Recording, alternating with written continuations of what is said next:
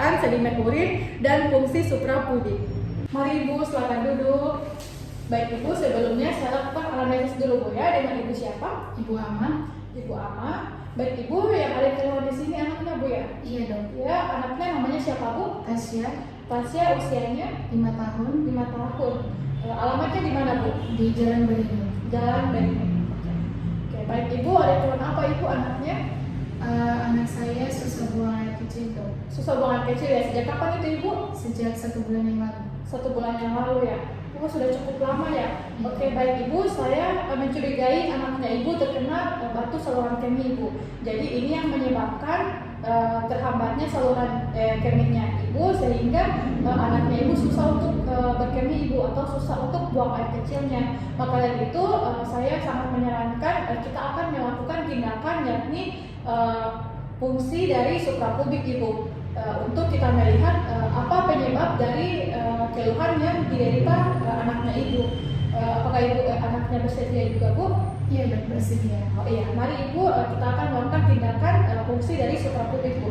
Iya, Mari Bu. Iya. Baik, setelah melakukan anamnesis, selanjutnya saya akan melakukan tindakan dari fungsi suprapubik. Sebelumnya saya akan memperkenalkan alat dan bahan yang akan digunakan, yakni kaca penutup, tabung sentrifus, kaca objek, kemudian jarum suntik, kasa, antiseptik, dan handscoon.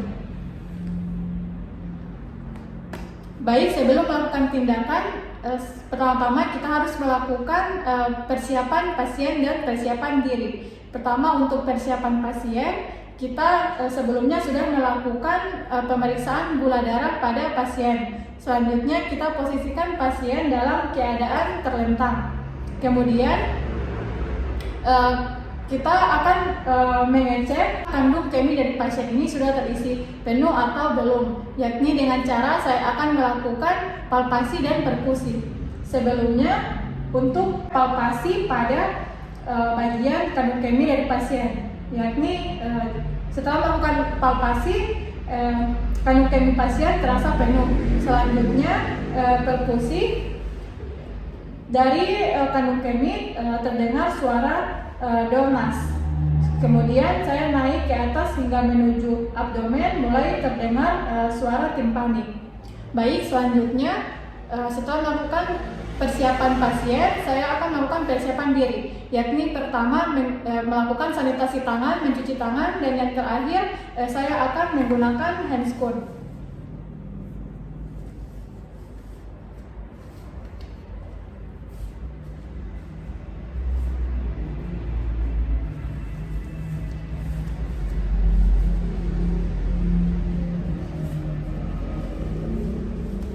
Baik, persiapan diri telah selesai. Setelah itu kita akan melakukan tindakan. Sebelum melakukan tindakan, saya akan melakukan desinfeksi pada bagian suprapubiknya pasien, yakni menggunakan kain kapas dan betadine. Setelah itu, saya akan mulai melakukan desinfeksi dengan cara memutar, yakni dari arah dalam keluar. Setelah itu, kita akan melakukan pemasangan duk steril pada pasien agar bagian dari sekitarnya tertutupi. Setelah terpasang, saya akan mulai melakukan anestesi dengan menggunakan cairan lidocaine 1%.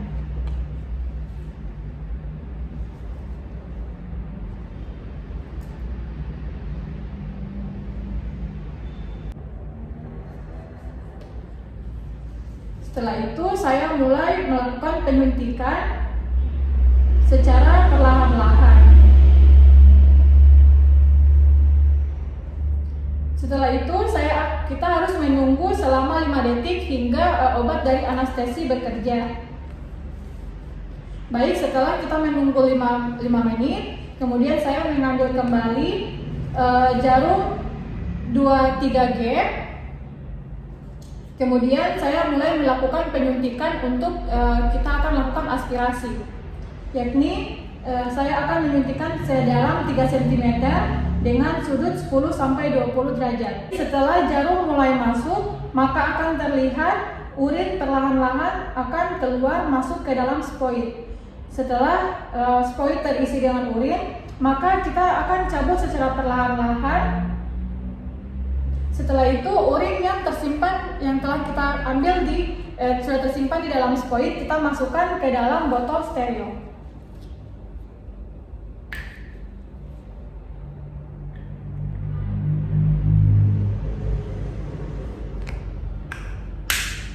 Baik, setelah itu bekas suntikan tadi kita akan tutupi segera dengan kain kasar.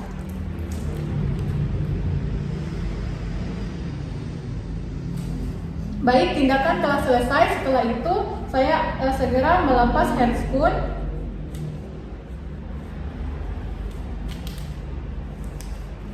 Kemudian handscoon saya letakkan ke dalam loyang yang berisi larutan klorin sambil kita gosok-gosokkan agar massa yang terdapat yang tertempel ikut keluar.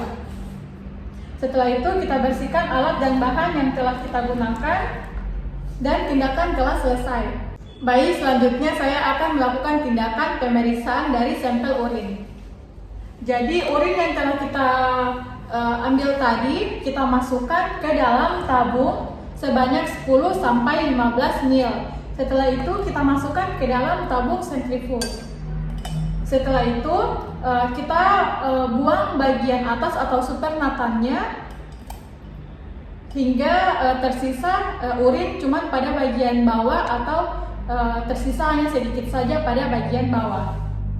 Setelah itu kita satukan urinnya agar semua tercampur.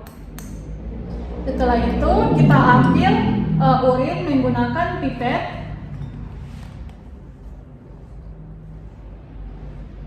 Kemudian urin yang telah terambil kita masukkan ke dalam kaca objek.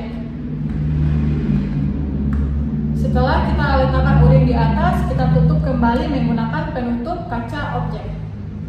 Setelah itu kita akan masukkan ini, letakkan ke mikroskop untuk kita lakukan pembacaan.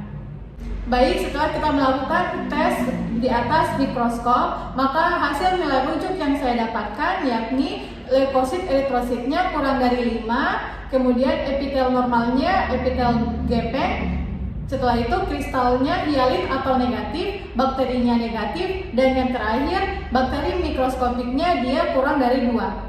Baik Ibu, setelah kita melakukan pemeriksaan, ini sudah ada hasil dari pemeriksaan tadi Ibu. Jadi didapatkan anaknya Ibu ini terkena kristal kalsium oksalat. Jadi kristal kalsium oksalat ini Ibu merupakan ciri khas dari saluran batu kemih Ibu. Jadi inilah yang menyebabkan anaknya Ibu sulit untuk berkemih Ibu. Maka dari itu saya sangat sarankan Ibu harus melakukan tata laksana lebih lanjut mengenai penyakit yang diderita sama anaknya ini Ibu. Oh iya. Apakah Ibu bersedia? Iya dok, bersedia. Oh iya. Terima kasih dok. Oh iya, sama-sama. Baik, itulah tindakan dari pemeriksaan sedimen urin dan fungsi suprapubik. Lebih dan kurangnya mohon dimaafkan. Assalamualaikum warahmatullahi wabarakatuh.